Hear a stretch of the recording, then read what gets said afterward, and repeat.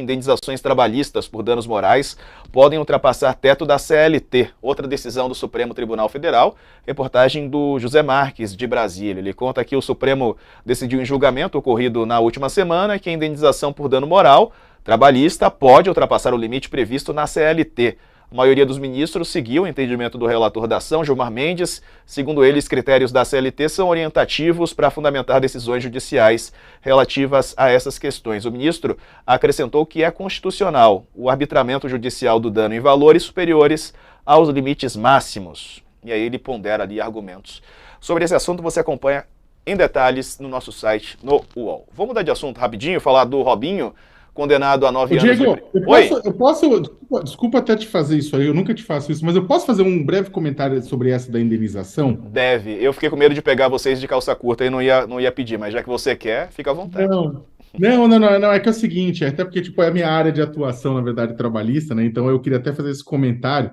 O interessante foi o seguinte, o que acontece é que o STF, na decisão, ele acabou avisando que a vida de pobre não vale só R$ 66 mil, como quis a reforma trabalhista, né? Até explicar o que aconteceu, né? O pessoal que está acompanhando. A reforma trabalhista criou um dispositivo limitando o máximo de indenização por dano moral que uma família de alguém pode receber, ou algum trabalhador pode receber, a 50 salários, o último salário da pessoa. Então, o que acontece? Isso foi muito discutido, isso foi muito bizarro. Eu falei assim, pô, mas peraí, se a pessoa morrer?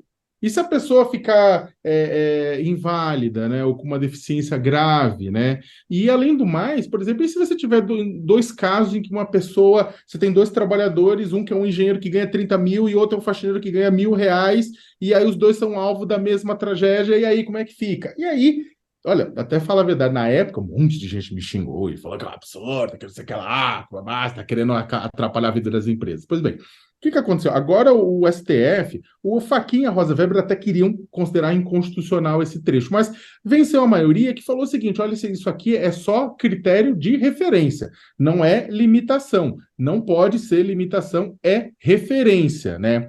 E aí, ou seja, o que o Supremo está falando? Está falando o seguinte, que sim, o juiz do trabalho pode dar uma indenização maior do que essa referência de 50 vezes o último salário. O salário mínimo está R$ 1.320, daria R$ 66 mil no caso de trabalhadores pobres.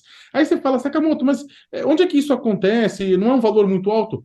Vamos lembrar da tragédia da Vale em Brumadinho. Brumadinho. 270 mortos por conta da Vale. Então, o que acontece? A Vale, se essa regra valesse, além das indenizações por dano material, aquela coisa de salários que seriam pagos até o resto da vida, mas por dano moral, né, o sofrimento, a questão da integridade física do trabalhador, o faxineiro do salário mínimo ia ganhar 66 mil e o engenheiro ia ganhar 1,5 milhão. Então, o que aconteceu? O Ministério Público do Trabalho deu uma banana naquela época, em 2019, e falou o seguinte, ó, esquece. Não vai valer isso, e aí impôs uma indenização que, por grupo familiar, deu algo em torno de 2 a 3 a 4 milhões de reais, dependendo do tamanho da família.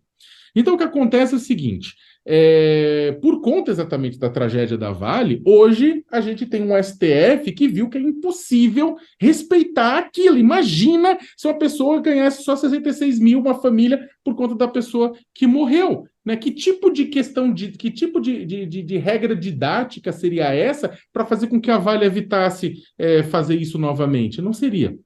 Então, o que acontece? É claro, não foi a mudança desejada por muitos sindicatos, só que foi uma mudança que permite que sim, que as famílias tenham recursos para poder construir sua vida sem o seu arrimo de família e que também que as empresas pensem duas vezes antes de colocar em risco a vida de pessoas, porque sim, elas poderão pagar indenizações milionárias por vidas perdidas.